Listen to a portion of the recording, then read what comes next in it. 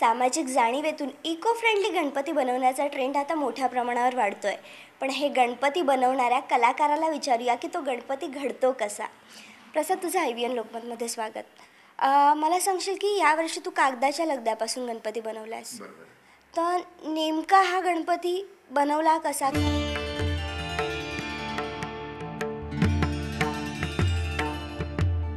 आता अंगणातली माती शक्य नाही, शहरामध्ये माती मिळणंही शक्य नाही.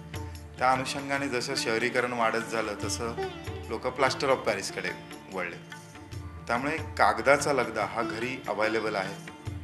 कागद तुम्ही वापरू शकता आणि पर्यावरणाचा जो मूळ आता उद्देश जो सगळीकडे बोंबाबोंब केली जाते तोही साध्य होईल.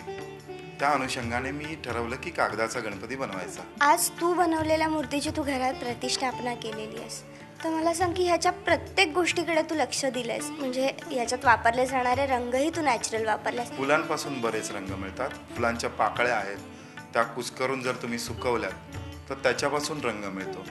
असे अनेक रंगांचे प्रकार आपल्याकडे उपलब्ध आहेत. कोणत्या वाटा आहेत ज्यांनी आपण आणखी निसर्गाच्या जवळ जाऊ शकतो किंवा निसर्ग वाचवण्याच्या दृष्टीने आपण पावलं उचलू शकतो? खरं म्हटलं तर तसं मग आपण जे म्हणतो धातूची मूर्ती किंवा दगडी मूर्ती, आणि दगड हा कधीच खराब होत नाही आणि शेवटी तो पर्यावरणाच्या अतिशय जवळचा आहे.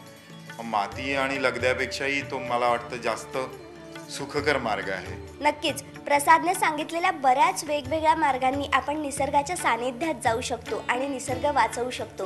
व्हिडिओ जर्नलिस्ट प्रवीण शेट्टीसह माधुरी निकुंभ, IVN लोकमत, मुंबई.